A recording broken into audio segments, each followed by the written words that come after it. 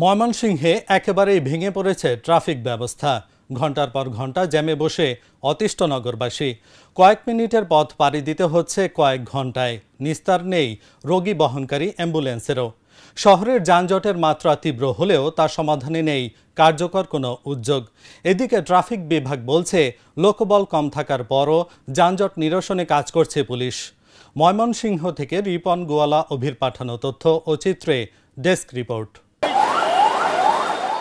ময়মনসিংহ শহরের উপর দিয়ে চলাচল করে ঢাকা, জামালপুর, টাঙ্গাইল, কিশোরগঞ্জ, নেত্রকোনা, শেরপুর সহ বিভিন্ন জেলার দূরপাল্লার বাস। সেই সাথে চলাচল করে প্রায় 50 জোড়া ট্রেন।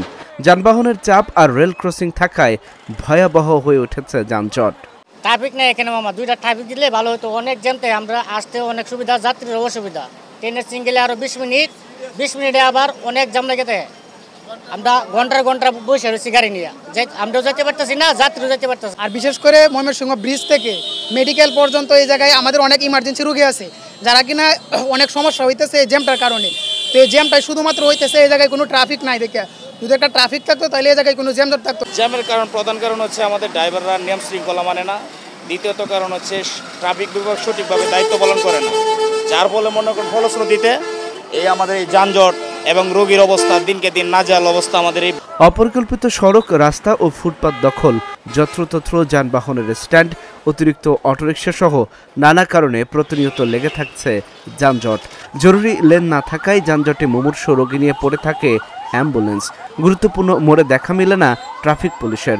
যানজটের কারণে অসুস্থ হচ্ছে মানুষ, নষ্ট হচ্ছে কর্মঘণ্টা। আমি এখানকার গেটম্যান, আমি এখানে একটা ক্লিয়ার করতে পারি না। যদি একটা ট্রাফিক পুলিশ কিংবা সার্জেন এখানে থাকতো তাহলে কোনো কাম নাই।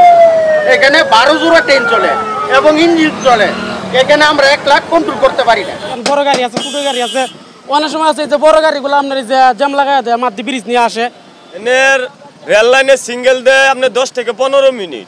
এখন যদি এখানে বর্তমানে 2টা ট্রাফিক দিত, অন্তত এই জাম থাকতো না। রুগীর রুট চরপাড়া রুটটা খুবই সিরিয়াস রুট, এই রুটটা আপনি ঘন্টাকে ঘন্টা ভরে তাই একটা ট্রাফিক দেয় না।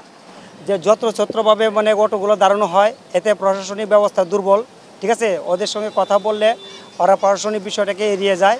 হ্যাঁ, আমি এটুকু বলবো যে জনসাধারণ আমরা যারা আছি স্বতঃস্ফূর্তভাবে সচেতন অবস্থায় আছি, কিন্তু প্রশাসনিক ব্যবস্থাটা আরেকটু কঠিন হওয়া প্রয়োজন। শহরের যানজট নিরসনে ট্রাফিক ব্যবস্থা ও সড়কের উন্নয়ন এবং বাসস্ট্যান্ড শহরের বাইরে নেওয়ার আহ্বান জানান নাগরিক নেতৃবৃন্দ।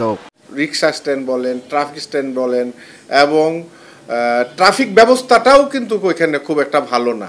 হ্যাঁ, চারদিকে 4টি রাস্তা চলে যায়, সেই রাস্তাগুলিও নিয়ন্ত্রণের বাইরে। আমার মনে হয় যে ব্রিজের যে একেবারেই মুখে যে বাস স্ট্যান্ড আছে, এই বাস স্ট্যান্ডে অন্তত 2 কিলোমিটার দূরে নিতে হবে। এই পাশেই নেন আর ওই পাশেই নেন, 2 কিলোমিটার। এর সাথে ব্রিজের কোনো সম্পর্ক, ব্রিজে শুধু গাড়ি উঠবে, পার হয়ে যাবে, ব্রিজের মাথায় কোনো গাড়ি দাঁড়াবে না, তাহলে অর্ধেক জ্যাম কমে যাবে। এদিকে ট্রাফিক বিভাগ বলছে জনবল কম নিয়েও শহরের যানজট নিরসনে পুলিশের পাশাপাশি স্বেচ্ছাসেবীরা কাজ করছে। যে জনবল খুবই কম, কিন্তু তা সত্ত্বেও মাননীয় পুলিশ সুপার স্যার অতিরিক্ত জনবল আমাদেরকে দিয়েছেন এবং আমরা যথাসাধ্য চেষ্টা করে ট্রাফিক ব্যবস্থাপনা আমরা সুষ্ঠুভাবে সুচারুভাবে আমরা পালন করতেছি। এবং আমরা কিছু পদক্ষেপ নিয়েছি, যেমন আমরা গাঙ্গিনাপাড় কেন্দ্রিক আমরা স্বেচ্ছাসেবকের মাধ্যমে আমরা ইজি বাইক যে ডাইভারশন করা হচ্ছে, এতে গাঙ্গিনাপাড় এখন যানজট নেই বললেই চলে। এই ফরম্যাটটা যদি আমরা চরপাড়া আর পাটগুদাম যদি আমরা ব্যবহার করতে পারি, স্বেচ্ছাসেবকের মাধ্যমে হোক, আনসার নিয়োগের মাধ্যমে হোক করা যায়, তাহলে আমার মনে হয় এই দুটো জায়গায় একটা নির্দিষ্ট সময়, সার্টেন সময়ে যানজট হয়।